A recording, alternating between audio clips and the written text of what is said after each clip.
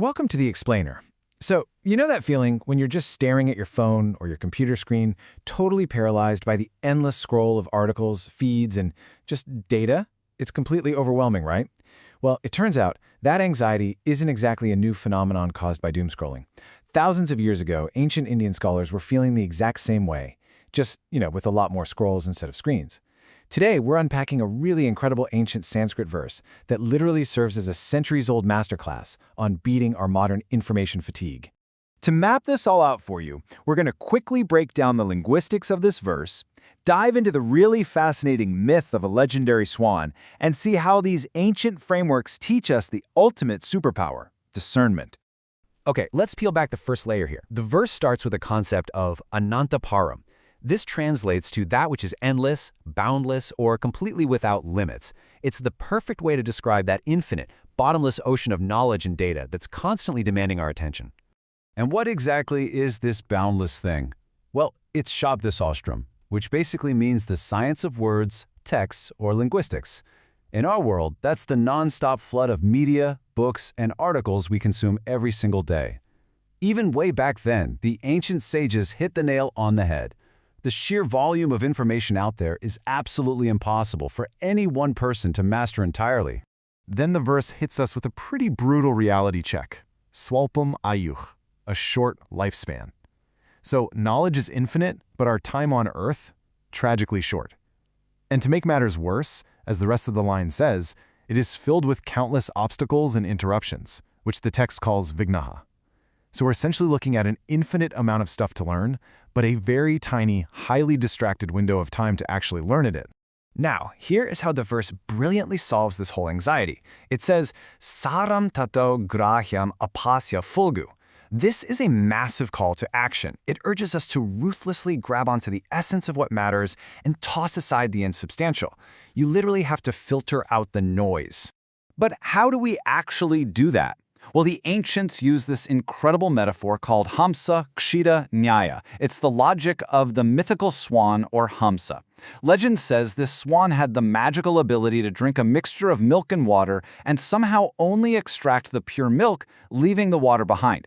It's basically the ancient equivalent of the ultimate modern information filter.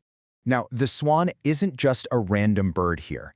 It's heavily symbolic, resting on three main pillars: purity and grace, the dual nature of reality, and this highest spiritual ideal called the Paramahamsa. What this means for us is that the swan represents our very own human capacity to wade through life's messy, chaotic dualities and pull out only the pure, eternal truths from a sea of endless daily distractions. And that brings us to the philosophical core of all this, viveka. Viveka is the ultimate power of discernment. It's not passive, it's active inquiry. It's that critical mental muscle you flex when you're intentionally separating what's real from what's just an illusion, finding the signal in all that noise. There's actually another really beautiful layer to this swan metaphor in Advaita Vedanta philosophy. Think about how a swan floats on the water, right?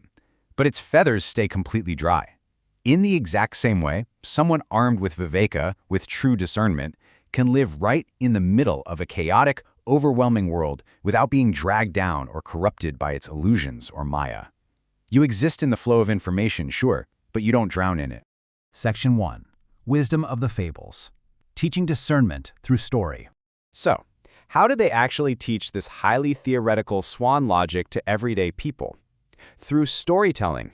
In ancient Indian knowledge systems, texts like the Panchatantra and the Hitopadesha were absolute cornerstones. They didn't just give dry lectures, they used these brilliant, engaging, interwoven animal fables to teach deep philosophical truths and the practical skill of discernment. It's actually fascinating to see how this evolved over time. The Panchatantra, from around the 3rd century BCE, is super complex. It's packed with stories nested within stories, heavily focused on teaching statecraft to royalty. But jump ahead to the 9th or 10th century CE and you get the Hitopadesha. It beautifully adapted those dense, interwoven political strategies into a much more straightforward, linear format with practical morals designed specifically for everyday people. The Panchatantra itself is famously structured around 5 core strategies: the loss of friends, the gaining of friends, war, which is symbolized by a conflict between crows and owls, the loss of gains, and the fallout of rash actions. Through these 5 pillars, everyone from rulers to normal citizens learned how to exercise viveka in the really harsh realities of diplomacy, war, and making alliances. Focusing in on the Hitopadesha, it places a massive emphasis on the theme of friendship. It literally takes that logic of the swan and uses it to show us how to balance genuine emotional connection with a healthy dose of necessary caution. It forces you to ask, how do you discern who a true friend is in a world that's so often driven by self-interest? And let me tell you, these texts do not sugarcoat the answer. Check out this start quote. One should abandon an individual for the sake of the family, and the entire world for the sake of the self. Pretty ruthless, right? But that is exactly the point. They use this intense, almost stark logic to train your mind to prioritize long-term essential value over fleeting short-term sentiment.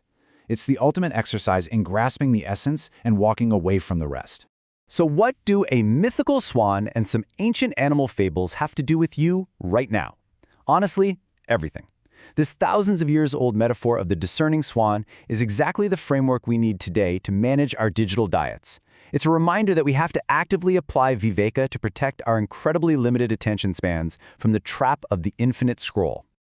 As we wrap up this explainer, I really want to leave you with a direct challenge.